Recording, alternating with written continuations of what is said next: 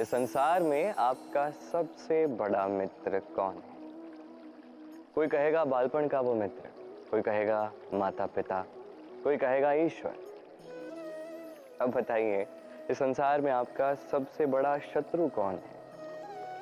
कोई कहेगा आपका विरोधी, वो व्यक्ति जो आपसे ईर्ष्या करता है, या आपका स्वयं का अहंकार, आपके कुकर्म। मैं बताऊं तो इस संसार में आपका सबसे बड़ा मित्र आपका स्वयं का मन है। इस चंचल मन को यदि नियंत्रण में करना आप सीख गए तो इससे बड़ा मित्र संसार में और कहीं नहीं मिलेगा। यही यदि इसी मन ने आप पर वश पा लिया तो संसार में इससे बड़ा शत्रु भी कोई नहीं मिलेगा। इसलिए इस संसार पर नियंत्रण पाने का प्रयास छोड़ दीजिए, पहले इस मन पर नियंत्रण रखना सीख जाइए। तब ये जीवन अपने आप सफलता की ओर अग्रसर हो जाएगा और तब ये मन प्रसन्न होकर कहेगा, राधे राधे। इस संसार में कुछ भी शुभ पाना चाहते हो तो दो ही मार्ग हैं। पहला है धर्म और दूसरा है कर्म। अब कुछ व्यक्ति ऐसा कहते हैं कि हम तो धर्म के मार्ग पर ही चल रहे थे, हमें तो लक्ष्य प्राप्त नहीं हुआ, अभी तो हमारी निंदा हुई। अब ऐसा क्यों होता है? ऐसा इसलिए होता है कि देखा जाए तो धर्म तो हमें सदैव एक ऐसा मार्ग दिखाता है जो एक सुलक्ष्य तक हमें पहुंचा देता है, किंतु वो मार्ग प्राप्त हमें करना है अपने कर्म से ही। यदि आप धर्म के मार्ग पर अग्रसर हो चुके हैं तो आपको कर्म भी करना होगा।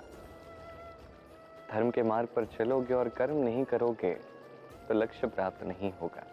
इसी प्रकार यदि कर्म करते जाओगे किंतु धर्म के मार्ग पर नहीं चलोगे तब भी लक्ष्य प्राप्त नहीं होगा। स्मरण रखिए, धर्म और कर्म दोनों एक ही सिक्के के दो पहलू हैं।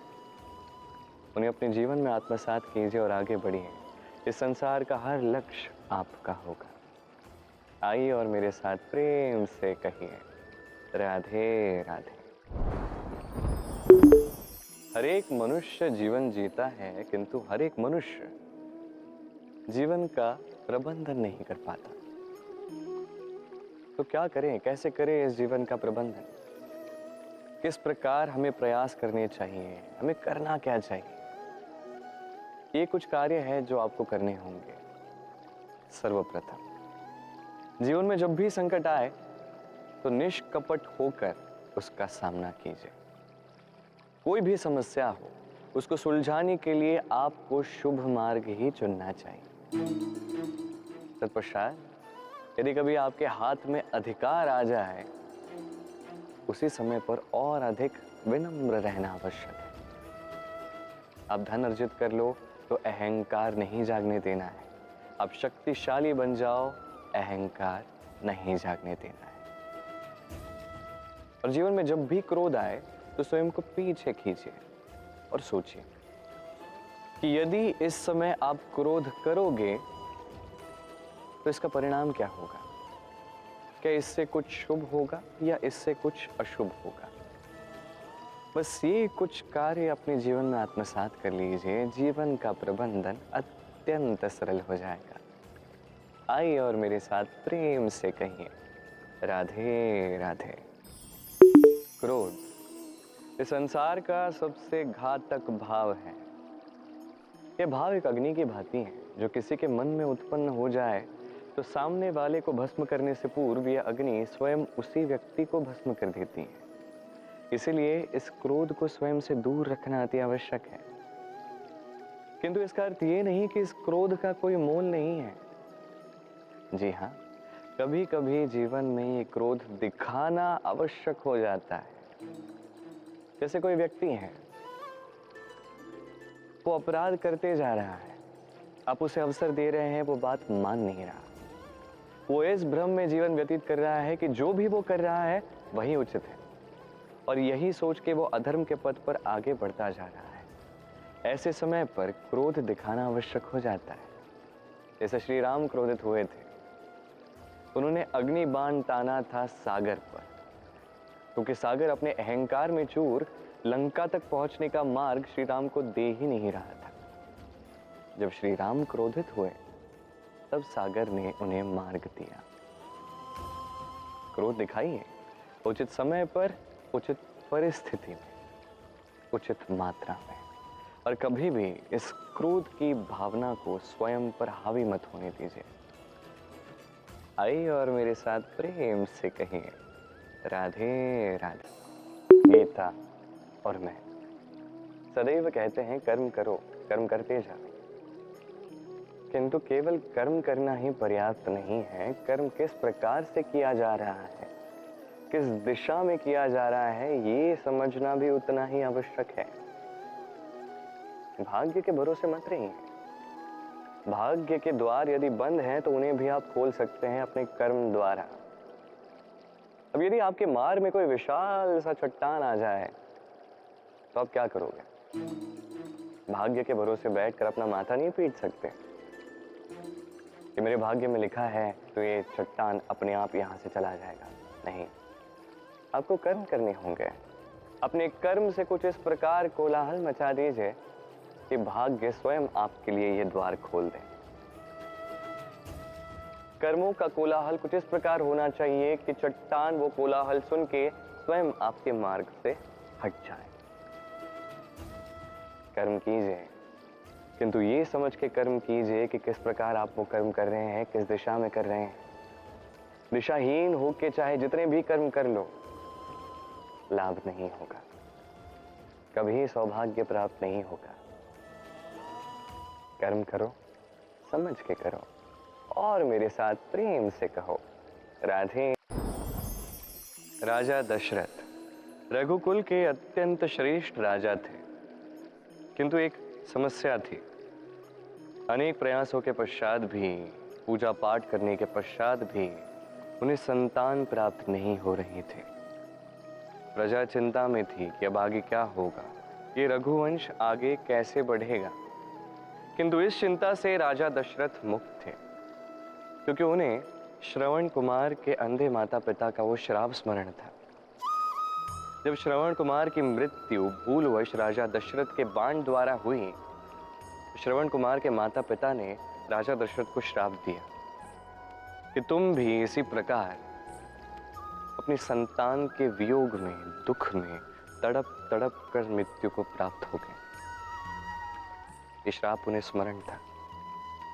उन्होंने सोचा कि यदि श्राप मिला है तो ये सत्य अवश्य होगा। मैं अपनी संतान के वियोग में मृत्यु को प्राप्त होऊंगा, इसका अर्थ ये है कि मुझे संतान प्राप्त होगी। वही श्राप उनके लिए वरदान बनकर आया, और जब उचित समय आया तो उन्हें 4 पुत्र प्राप्त हुए। तत्पश्चात क्या हुआ ये हम सभी जानते हैं। अब इससे हमें क्या सीख मिलती है कि जीवन में ये समस्याएं, ये आपदा, ये कठिनाइयां, ये सब तो आते ही रहेंगे। नियति को हम टाल नहीं सकते। जो होना है वो होकर रहेगा। तो जो होना है वो आनंद के साथ क्यों ना जिए। हर समस्या में कहीं न कहीं आनंद छिपा है। उस आनंद को ढूंढने का प्रयास कीजिए। उस आनंद को उस समस्या से निकालिए, इस मन में रखिए, आनंद के साथ आगे बढ़िए और इसी आनंद के साथ कहिए, राधे राधे। इस संसार में हर एक व्यक्ति चाहता है कि उसके पास धन आए, वो संपन्न रहे, उसके घर में लक्ष्मी आए, किंतु ये होगा कैसे, ये प्रश्न उठता है।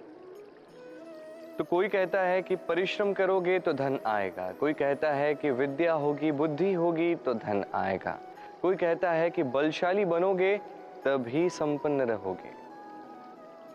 ठीक है, यदि ऐसा है तो मजदूर तो सबसे अधिक परिश्रम करते हैं, वो धनी क्यों नहीं? कई सारे विद्वान हैं संसार में, वो धनी क्यों नहीं? कई सारे बलशाली व्यक्ति हैं, उनके पास धन क्यों नहीं है? वो क्यों धन के अभाव में? वहीं कुछ लोग ऐसे भी हैं जो परिश्रम करते हैं, मजदूर हैं, किंतु उन्हें धन की प्राप्ति होती है। कुछ विद्वान ऐसे हैं जिनके पास अत्यधिक मात्रा में धन है। कुछ बलशाली ऐसे हैं जिनके पास धन का कोई अभाव नहीं है। अब ऐसा क्यों कि कुछ व्यक्तियों को यह प्राप्त होता है किंतु सबको नहीं? ऐसा क्यों है? क्योंकि लक्ष्मी को घर पे आमंत्रित करने के लिए सबसे अधिक महत्वपूर्ण है आपके कर्म। सत्कर्म कीजिए, पुण्य कीजिए, तभी लक्ष्मी घर पधारेगी। लक्ष्मी के अनेक नामों में से एक पुण्य भी है, तो यही पुण्य अर्जित कीजिए, तभी धन अर्जित कर पाओगे, तभी लक्ष्मी आपके घर में आएगी। आइए मेरे साथ प्रेम से कहिए राधे राधे। अब कभी किसी वाहन को देखिए, उसके कई सारे भाग होते हैं, भिन्न भिन्न भाग जो एक साथ अपना कर्म करते हैं, चाहे पहिए हो, यंत्र हो, या उस वाहन को चलाने वाला व्यक्ति हो, आदि इत्यादि। सभी अपनी क्षमता के अनुसार, अपने स्वभाव के अनुसार अपना कर्म करते हैं, किंतु जब बात आती है वाहन के आगे बढ़ने की, चलने की, तो उसका मूल रूप समझा जाता है उसके पहिए। अब ऐसा भला क्यों? क्योंकि पहियों का स्वभाव है चलना, इसलिए वो चलते हैं, इसलिए वाहन चलता है। अब यही समझना है मनुष्य को उसके संबंधों के विषय में। कई बार मनुष्य व्यतीत हो जाता है कि मेरे इस जीवन में संबंध मेरे अनुसार नहीं चल रहे। अब ऐसा मनुष्य को भला क्यों लगता है? इसलिए लगता है क्योंकि वो संबंध को समझ नहीं पाया। संबंध के साथ उसका तालमेल क्या है, क्या होना चाहिए, यही वो समझ नहीं पाया है। देखिए, संबंध जब बनते हैं तो आपसे जुड़ते हैं, उन्हें साथ लेकर आप आगे बढ़ते हैं। ऐसा कभी नहीं होगा कि आप आगे बढ़ रहे हैं और संबंध पीछे पीछे आपके आ रहे हैं। जिस प्रकार वाहन में चलना ये स्वभाव है पहियों का, उसी प्रकार संबंधों का स्वभाव है साथ जुड़कर आगे बढ़ना। तो इन संबंधों के साथ जुड़े रहिए और जीवन में आगे बढ़िए। ये संबंध आपके जीवन को सुख से परिपूर्ण कर देंगे, और तब ये मन प्रसन्न होकर कहेगा राधे राधे।